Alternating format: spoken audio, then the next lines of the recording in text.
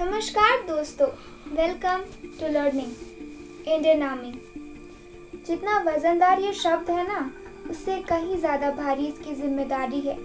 ये पूरे देश के लिए तब तक अपनी हथेली में जान लिए खड़े रहते हैं जब तक उनके शरीर का एक एक कतरा खून इस भूमि पर ना गिर जाए।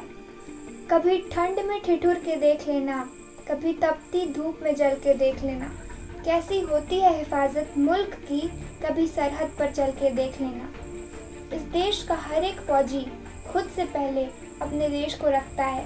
कोई गजरे को महकता छोड़ाता है तो कोई अपनी परी को चहकता छोड़ाता है। इतनी आसान नहीं जिंदगी फौजी की, कोई अपनी माँ की बाहों को तरसता छोड़ाता है। भारतीय सेना की बहादुरी के किस्से जितने गजब और प्रेरणादायक होते हैं, उतने ही दिलचस्प भी। भारतीय सेना का हर एक जवान अपनी पूरी जिंदगी अपनी मातृभूमि पर न्योछावर कर देता है। वह जीता भी अपने देश के लिए है और मरता भी अपने देश के लिए है। वह जीते जी अपनी भारत माता पर आंच नहीं आने देता है। लेकिन क्या आपको एक ऐसे शख्स के बारे में पता है जो जीते जी तो अपने देश के लिए खड़ा रहा, लेकिन शहीद होने के बाद भी वह अपनी देश की सेवा के लिए खड़ा रहता है?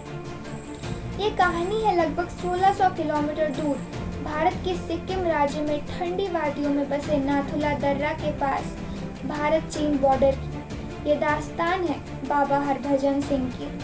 हरभजन सिंह का जन्म 30 अगस्त 1964 को गुजरावाला, जो फिलहाल अभी पाकिस्तान में मौजूद है, जिले में सरदना गांव में हुआ था। उसने सन 1955 में डीएवी हाई स्कूल पट्टी से मैट्रिक पास किया था। इसके बाद जून सन 1956 में हरभजन सिंह अमृतसर में एक सैनिक के रूप में शामिल हुए थे। माना जाता है कि 30 जून 1965 को इन्हें कमीशन प्रदान कर 14 राजपूत रेजिमेंट में तैनात कर दिया गया। इन्होंने 1965 के भारत पाक युद्ध में भी भाग लिया था। 1968 में उन्हें 23वें पंजाब रेजिमेंट के साथ पूर्वी सिक्किम में भेजा गया था। इसी साल 4 अक्टूबर 1968 को घोड़ों के काफिले को तुक ले जाने से डोंगचुई ले जाते समय अचानक नाथुला पास के नजदीक आकर उनका पैर फिसल गया और ये गहरी खाई में जा गिरे। पानी का तेज बहाव उनके शरीर को बहाकर 2 किलोमीटर दूर ले गया।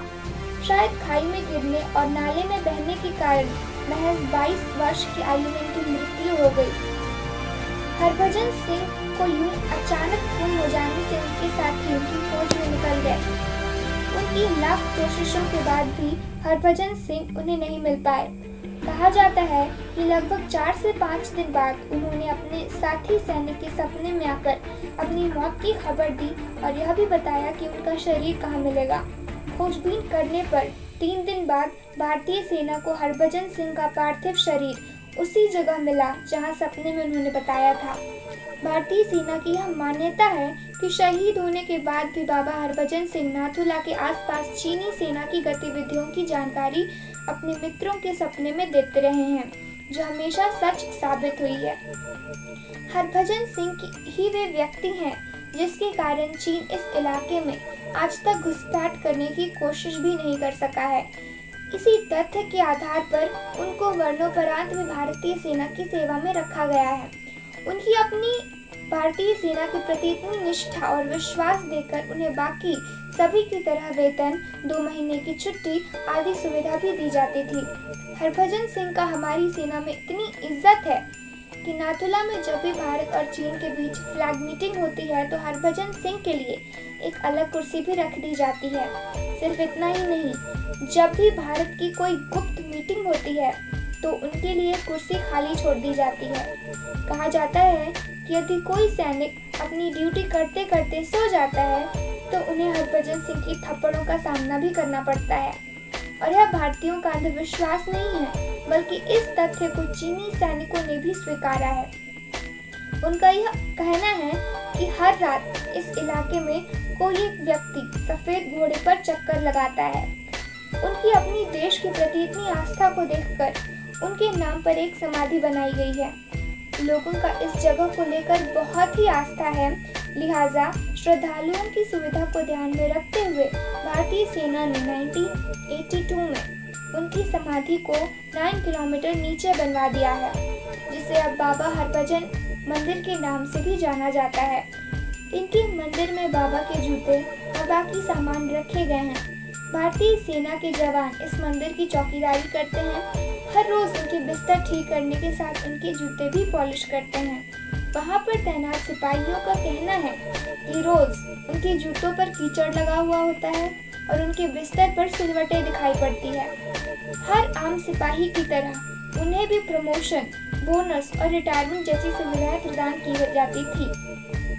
वे एक सिपाही की तरह इस सेना में शामिल हुए थे और एक कैप्टन के रूप में रिटायर हुए। उनकी समाधि के बारे में मान्यता है कि यह पानी की बोतल कुछ दिन रखने पर उसमें चमत्कारी गुण आ जाते हैं और इसका 21 दिन सेवन करने से श्रद्धालु अपने रोगों से छुटकारा पा जाते हैं। उनकी मौत को लगभग 50 साल हो चुके हैं, लेकिन आज भी बाबा हरभजन सिंह की आत्मा भारतीय सेना में अपना कर्तव्य निभा रही है। जीते जी उन्होंने अपने देश की पूरी सेवा की और आज मृत्यु के बाद भी अपने वतन की हिफाजत के लिए तत्पर हैं। इसी कारण बाबा हरभजन सिंह को नाथुला का हीरो भी कहा जाता है। आशा करते हैं कि आपको यह वीडियो पसंद आई होगी। आपका इस विषय से जुड़ा अन्य कोई सवाल हो तो आप हमें प्लीज़ कमेंट के ज़रिए पूछ सकते हैं। अगर आपको यह वीडियो पसंद आई तो प्लीज़ इस वीडियो को लाइक करें, कमेंट करें, शेयर करें और हाँ, हमारे चैनल को सब्सक्राइब करना बिल्कुल ना भूलें। आगे होगी अगले नए टॉपिक में आपसे मुलाकात। तब तक के लिए अपना ख्याल रखें। धन्यवाद।